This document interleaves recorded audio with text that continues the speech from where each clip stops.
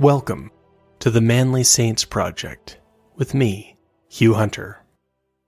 If you enjoy my work, please consider signing up and supporting me on Substack, or click the link in the show notes to buy me a beer. And if you enjoy the podcast as audio or video, please consider giving me a rating wherever you are. It helps a lot. Now, let's meet this week's Manly Saint.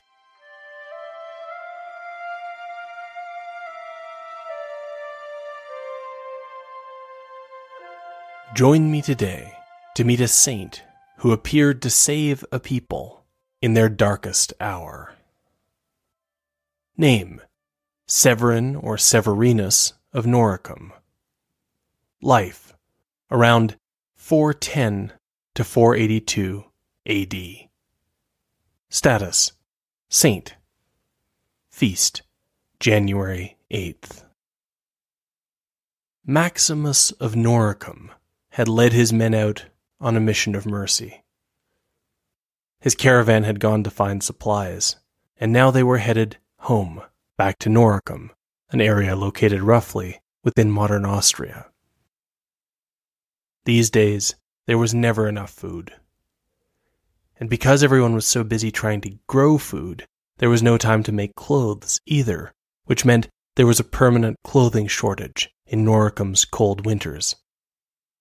Maximus's carts were laden with food and used clothing. Now, all they had to do to get home was to pass through the Alp mountain range. Crossing the Alps in the winter was always dangerous. As Maximus and his men were in the high passes, a blizzard swept in, and soon the men were struggling in deep snow. Before long, the snow was so deep that they couldn't even see where the paths had been. Maximus and his men made camp as the reality of their situation sank in. Even if the blizzard passed, the snow would stay, and the paths would be obscured. They were lost, and they were going to die on the mountain. Maximus worried, but the day had been exhausting, and soon he fell into sleep. And Maximus dreamed. In the dream, Maximus saw a familiar figure. It was the mysterious hermit, Severin, the man who had inspired Maximus to set off on this mission in the first place. Was this dream only a memory, or was it something more? As soon as Severin started talking, the answer was obvious. Severin's trademark was that he seemed to see every physical problem as though it had a spiritual solution. And the worst thing, the most infuriating thing, was that he tended to be right. Here was a case in point. In the dream, all Severin told Maximus was not to be afraid, and to keep traveling. Right, but in what direction? Severin was talking as though direction didn't matter. In the morning, Maximus decided to act on faith. He roused the other members of the caravan. They packed their belongings, picked a direction, and set out through the snowdrifts, pretending that they knew where they were going. They had not wandered long when a huge shape loomed out of the blowing snow, a bear. The men were terrified. But the bear showed no interest in them. Instead, it plowed methodically forward through the snow, leaving a path behind it. Cautiously at first, then with more confidence, the men followed the path the bear had carved out in the snow, walking mile after mile until they found themselves descending the mountains. As they approached the gates of the monastery where he now lived, Severin said to an assistant that he was happy that the bear followers had returned. These men of Noricum were taken care of, which meant that Severin could turn his mind back to the network of charity and prayer and promises, which by this time was all that was holding Noricum together. The people of Noricum had seen better times. Originally, the Norici were a Celtic people who had settled these lands by the Danube River centuries before. As time passed, the might of Rome grew, and soon the Norici were Roman allies, then incorporated into the empire as a Roman province. The people of Noricum embraced Roman civilization. They built theaters, temples, and baths. They built mines and produced the all-important ferrum Noricum, what we call Noric steel, to make the hard, sharp blades in the swords used by the Roman legions. And in their homes, the men of Noricum enjoyed that miracle of Roman engineering for their cold climate, central heating. When the tribes north of the Danube began to grow restive, the emperor, Marcus Aurelius, marched north to put them down, and left a legion in Noricum to keep the peace. Meanwhile, Noricum embraced another element of Roman culture, the new religion of Christianity. For a while, the influential Christian Florian even held back the Emperor Diocletian's persecution in Noricum. Later, long after St. Florian's martyrdom, when it had become undeniable that the blood of the martyrs is the seed of the Church, the Roman Empire became officially Christian. The Church in Noricum grew more comfortable, even as the empire seemed less stable. There were 2 legions in Noricum now, but somehow things were less safe than ever. One great source of instability was the Goths. They had been migrating west, fleeing the mighty Huns. The emperors of the Western Roman Empire had made the disastrous decision to allow the Goths into their borders, hoping the Goths would do the fighting that Romans no longer wanted to do. In exchange for this service, the Goths had been given land in Pannonia, the next province to the east from Noricum. The Goths, as it turned out, had other plans. By 410, the Goths had sacked Rome itself, and this set off the slow-motion collapse of the Western Roman Empire. Out in remote provinces like Noricum, there was a power vacuum, and it was soon filled by other, smaller barbarian tribes. Minor barbarian kings from north of the Danube fought over Noricum, often by raiding and re-raiding the towns. Theoretically, Noricum was still part of Rome, and theoretically, a Roman tribune was in charge. There were still some holdovers from a more stable past. The mail from Italy arrived as it always had. However, many of the soldiers who had kept order in the province were recalled to Italy, or deserted. The Roman administration in Noricum tried to compensate by hiring mercenaries. Soon, the wages that were supposed to pay these mercenaries stopped arriving from Italy, and the mercenaries became bandits and added to the chaos.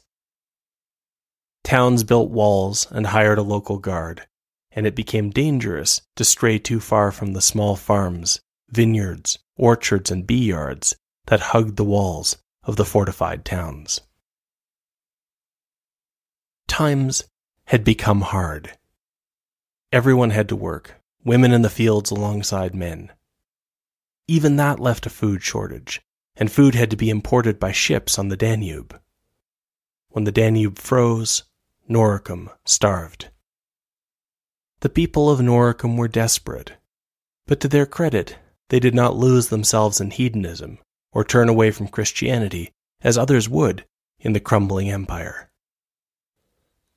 The people of Noricum choked down their despair and soldiered on. And perhaps this determination not to give up was part of why it was that, in the years after the death of Attila the Hun, when the emperor of Rome was holed up in the city of Ravenna, a stranger came to Noricum. The man was a hermit, with a single piece of clothing and a thin mat for sleeping on. He wore no shoes, even in the cold of winter. He was of average height, or perhaps a little short for his time. His life was ascetic, and his manner was humble. His name was Severin. Severin the Hermit found lodging in the town of Asturias, modern Zvettendorf. And then, one day at church, he made a surprising announcement. Severin told everyone that a disaster was coming for their town. He predicted the precise day and hour when a barbarian army would arrive. But there was still hope. Asturias could save itself by finding a spiritual solution to their military problem. The town had to join Severin in days of fasting, prayer, and charity. The people of Asturias reacted pretty much the way you would expect people to react to a barefoot stranger predicting doom. They ignored Severin's advice, and most of them forgot all about it. And so Severin sadly packed up his things, rolled up his sleeping mat, and walked east to Comagene, modern Tulln. Comagene was in an even worse situation than Asturias. The town was currently surrounded by a barbarian warband. Severin slipped through their lines, entered the church, and delivered a similar message to the one he had given in Asturias. The people of Comagene laughed at him too. And then something happened to change their minds. A refugee made his way into the city. He was surrounded in the town square by people asking for news, and the refugee explained that he was one of the few survivors of the massacre at Asturias. He had only escaped, he told the citizens, because a barefoot stranger had predicted the day and the hour of the attack, and the survivor had decided to be outside the town just in case. When the survivor saw Severin, he recognized him as the man whose words had saved his life. Suddenly, the people of Comagene had a much more open mind. And so, the town of Comagene tried Severin's plan.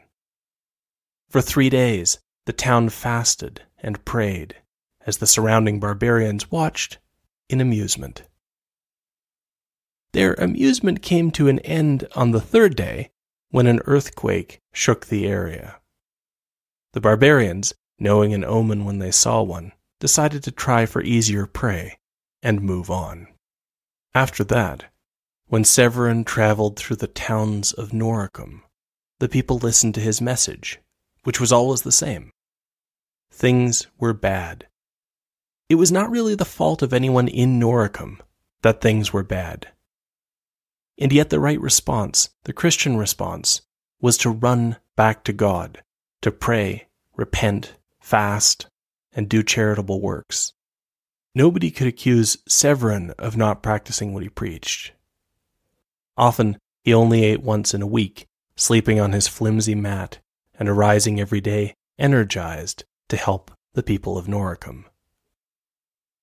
And gradually, although Severin had no money, no army, no official position in the church, not even a pair of shoes for the winter, his influence began to make itself felt across the former Roman province. Those who had money became afraid to hoard grain because of Severin's eerie ability to single them out. Severin wanted everyone to give what he could, and he announced that Christians had to tithe in food and clothes in Noricum. Severin had no official standing to make this proclamation, but he made it, and the tithes began to come in. Soon, Severin was at the center of a hub that distributed food and clothes to the poorest people in Noricum. Severin built a small hermit cell, and a monastery took shape around it. The poor came for clothes and food, and the sick came for healing, which Severin offered freely, so that barbarians lined up along with the people of Noricum to ask for his help. One of the few men ever to impress Severin was in this group. He was a leper, and Severin healed him and told him to go on his way. But the former leper wouldn't leave, and protested that the job was only half done. His body might be healed, but his soul was sick. and dying. Severin nodded, pleased to be understood at last, and made a place for the former leper in the monastery. Who was Severin? By what right did he arrive in Noricum and simply take command? That was a topic about which Severin would not speak. He said it didn't matter. The only thing that mattered was that God had called him to go and help the people of Noricum. Even so, the priests and monks who lived around Severin found a few clues. Sometimes Severin spoke about a man who had made a terrible journey through the collapsing Roman Empire, walking north from the deserts of Egypt. Gradually, the other monks understood that Severin was this man, that he had once been a hermit out in the lands of the Desert Fathers. Severin didn't speak with a local accent, or an Egyptian accent, for that matter.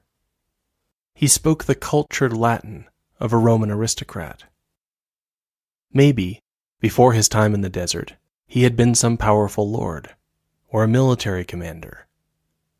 Then again, maybe Severin had been nobody at all, just an ordinary man, called to greatness.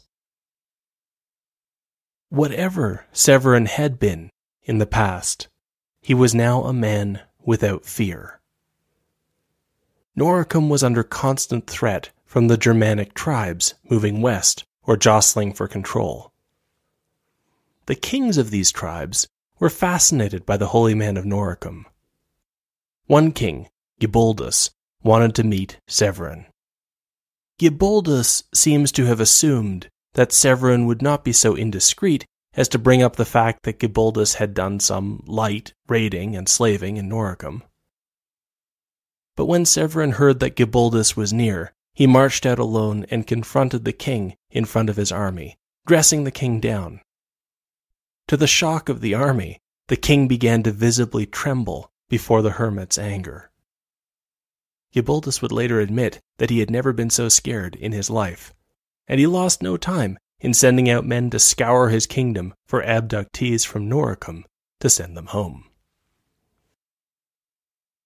A king who had better luck with Severin was a young man named Odoacer. The tall young warlord had to crouch down to even get into Severin's cell, where he had come to meet the holy man of Noricum. Severin told Odoacer that he would meet with great success. In fact, Odoacer would be a great king. And then Severin added something else, a puzzling prediction which didn't make any sense. He told Odoacer that when he succeeded, he would give great gifts to many. Puzzled, but hopeful, Odoacer went on his way, headed for Italy. In the years that followed, Severin moved through the chaos and war in Noricum, following an order that only he could see. In one town, Severin insisted that extra guards should be posted, foiling an attack that night. On a different occasion, he sent a messenger to a slave market deep in barbarian territory to buy the freedom of a man that none of them had ever met. The man was there, sure enough. And the former slave had a secret.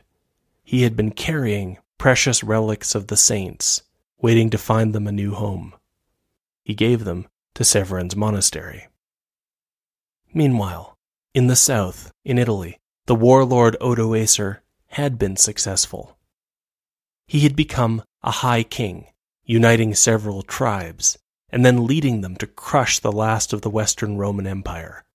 Odoacer had taken the throne for himself, becoming king of Italy. Now that he had success and power, he wondered about the second part of Severin's prophecy. What did it mean to say that Odoacer would be a giver of gifts? Maybe the prophecy was Severin's way of asking Odoacer to give him something.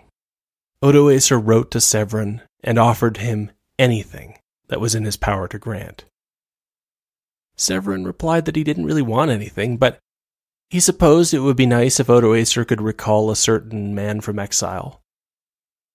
King Odoacer performed this small favor, more puzzled than ever. By now, in Noricum, Severin was growing old.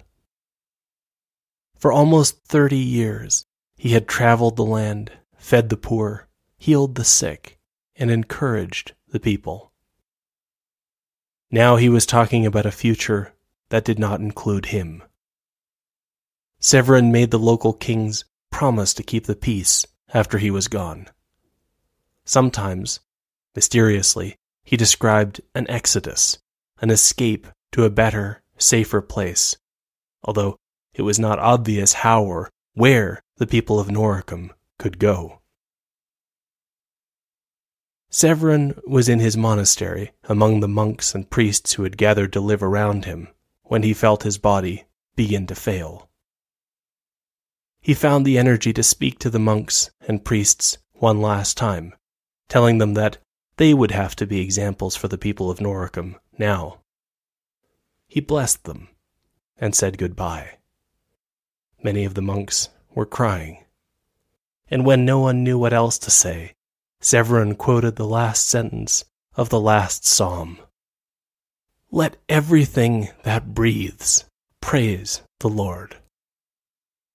And before the monks had time to make a reply, the old hermit was gone.